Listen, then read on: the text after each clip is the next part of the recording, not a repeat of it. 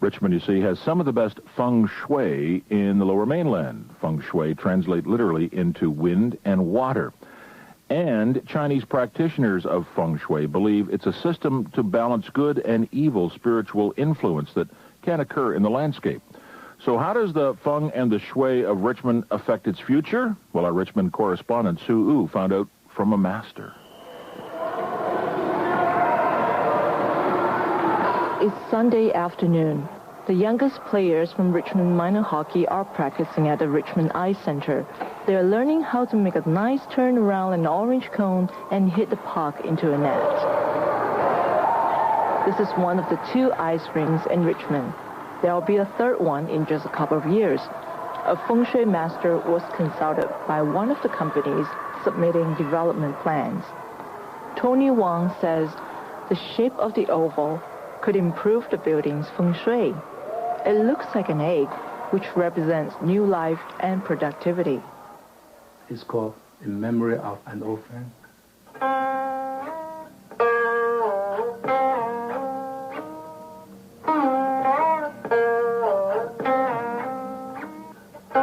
Richmond also will become very, very multicultural and very cosmopolitan, in the future. And a lot of people move in, different culture. It will be very global. We talk about the convergent energy, the point where two different shapes, converge. The joints, yes, the joints is the most powerful potential of feng shui energy. Tony Wang is no ordinary feng shui master.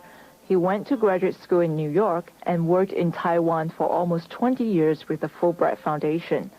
Tony published several books on feng shui and fortune-telling in Taipei.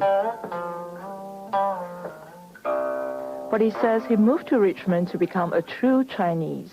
Taipei is too Americanized for him. In Richmond, he sings Beijing opera, plays the guqin, an ancient Chinese instrument, and teaches a feng shui class. He also travels to Taiwan and the States occasionally to give advice on feng shui. On the map, Richmond looks like a piece of jade in the mouth of the dragon. Richmond has good feng shui, but it isn't perfect. It's very difficult to develop good art and cultural energy. Very difficult. Like Beijing is a flat land, right?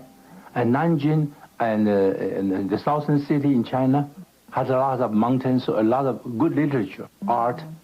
I would suggest that in spite of the benefit of the river, a city near the river is very, very good because it can go out. People are open-minded and absorb different culture easily, right?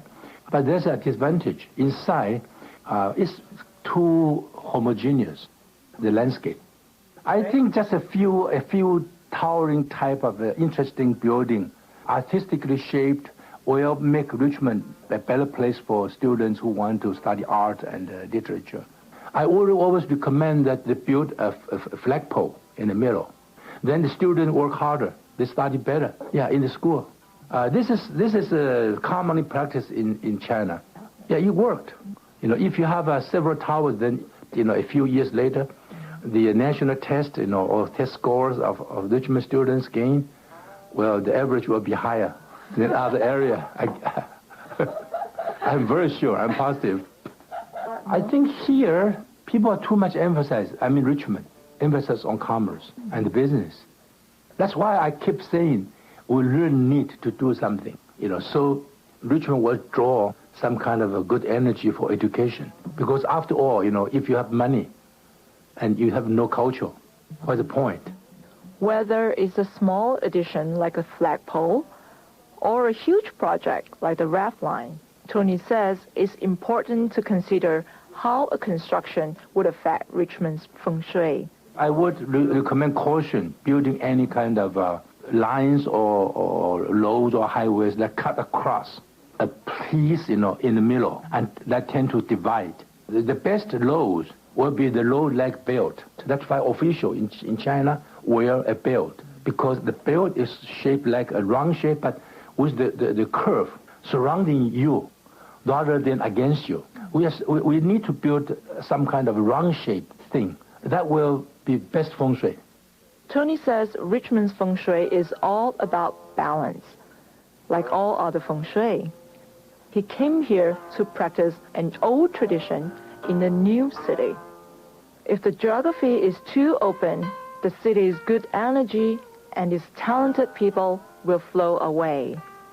But with some ancient ideas and some new artificial mountains, Tony says Richmond can continue to build on its good feng shui and its diverse mix of people. For the early edition, I'm Sue Wu in Richmond. And now you know about feng shui and Richmond. 4 minutes to go now before 7 o'clock here on the early edition. A couple of traffic notes. There's an accident. Fraser and 41st Avenue. Emergency crews are on the scene right now. And in Vancouver, waterworks crews will be starting to work in the 3000 block of Grandview Highway at 7 o'clock, 3 or 4 minutes from now. And they'll be there until noontime. And just to let you know, there will be 1 lane open eastbound and 2 lanes westbound when they get going. So 1 lane eastbound and 2 lanes westbound from 7 to noon today, the 3000 block of Grandview Highway.